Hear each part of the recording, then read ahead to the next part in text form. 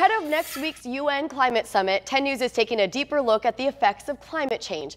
Just yesterday, NOAA announced this past summer has tied with 2016 for the hottest on record in the Northern Hemisphere. This morning, though, I want to focus on sea level rise and its impact to San Diego.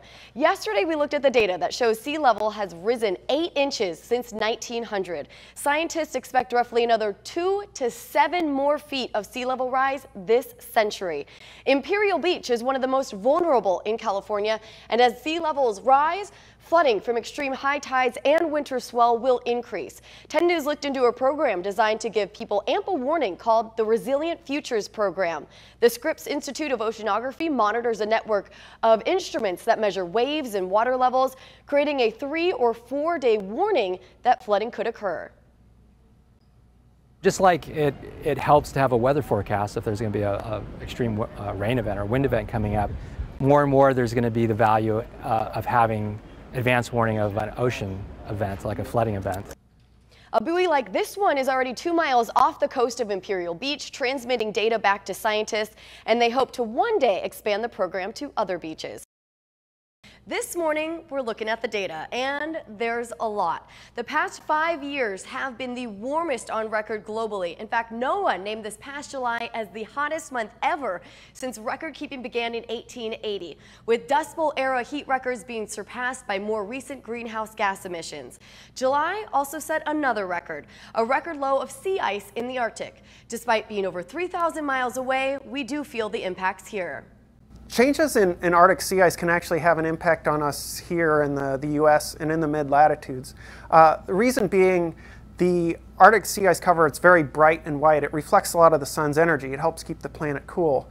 But as the ice starts to shrink and melt, it exposes the dark ocean, which warms up, leading not only to warming, but also rising sea levels. Since 1900, ocean levels have risen about 8 inches, which has led to more frequent coastal flooding and more extreme rainfall events like Hurricane Harvey, while drought and sweltering heat have fueled the extended wildfire season out west.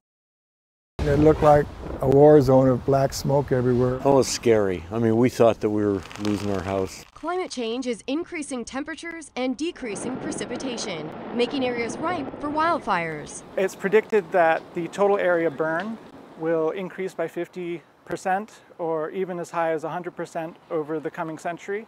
We're going to see more fires and more dangerous fires and more deadly fires. Climate Central analyzed 45 years of U.S. Forest Service records of large wildfires and found there are 3 times more large wildfires burning across the West each year than in the 1970s. The area burned has increased 6-fold. The wildfire season, 105 days longer on average. Our state has seen an increase in the number and size of fires, and Southern California is moving toward a year-round wildfire season. Well, I think what we're seeing is that climate change is getting worse, and it's accelerating at a pace that is greater than we were expecting. Forests are more vulnerable during droughts, but even wet winters can spur growth of grasses and shrubs, which dry out on warmer days and add available fuel. With unmitigated climate change, we are likely to see wildfires burning later in the season, specifically into December, which is actually the peak of the Santa Ana wind season. That's when you're likely to get back-to-back Santa Ana winds. This is what happened a couple of years ago when the Thomas Fire burned through most of December and into January. That makes preparation that much more important to avoid the feeling of hopelessness. Heartache, anxiety, stress. How do you rebuild?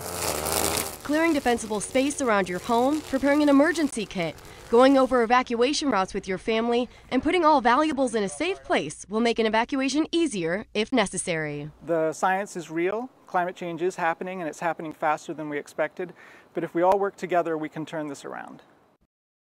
So often after fires scorch the ground in the fall, the heavy winter rains in atmospheric rivers lead to mudslides and flooding. Climate change is very definitely making atmospheric rivers warmer and wetter, as well as longer and fatter. And so they carry more moisture. In the future, they will produce even more of the precipitation extremes and be even a bigger contributor to the water resources of the region, as well as to flooding. Climate change may lead to a more devastating threat called the Arc Storm. The Arc Storm is patterned after an event that happened, the historic flooding of 1861 to 62, but uses modern modeling methods and data from large storms from 1969 and 1986. The Arc Storm draws heat and moisture from the tropical Pacific, forming a series of atmospheric rivers that approach hurricane strength and then slam the West Coast, creating a statewide disaster. In 2010, scientific experts met to create the Arc Storm scenario report for the USGS, imagining aspects of flooding of biblical proportions reaching the western U.S. with weeks of rain and snow, followed by catastrophic floods, landslides, and property and infrastructure damage which would cripple California's economy. What was found was that the costs could exceed $800 billion. Now, to put that into perspective, the economy of California is $2.7 trillion. So that's almost a third of our state product. Models in the Arc Storm report show multiple areas of submergence in central San Diego. Look at Mission Beach, which routinely sees flooding during heavy rain, is underwater in the Arc Storm scenario. Fiesta Island, ordinarily dry, disappears under Mission Bay. West-facing beaches, including those near Highway 1 in North County, are covered in water. Imperial Beach fares no better in its known runoff spots. The Arc Storm scenario isn't really that far-fetched, and it becomes increasingly possible with the effects of climate change. Now, the timing of the next Arc Storm is uncertain. According to the National Weather Service, it could be next year or could be 120 years from now. Let's start with where the primary sources of greenhouse gases come from. Transportation and energy are responsible for over half.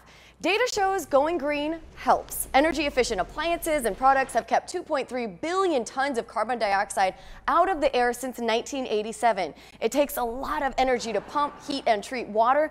Washing clothes with cold water and hang drying conserves energy.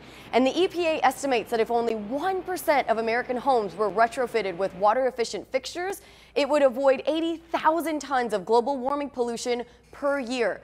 Drive less or invest in a hybrid. Using car share or public transit helps reduce carbon emissions, and scientists say lawmakers need to change policies to make a difference. One policy that would help dramatically would be the introduction of a carbon tax. And the idea here is that instead of taxing good things like property and income, we could be taxing bad things like pollution and carbon emissions. And that would help bring the social cost of carbon in line with the private cost of carbon, which should decrease our reliance on fossil fuels. And if you're willing to take a bigger step, consider transitioning to a plant-based diet, or at least eat more meatless meals. Approximately 10% of the U.S. energy goes into food production, and about 40% just ends up in landfills.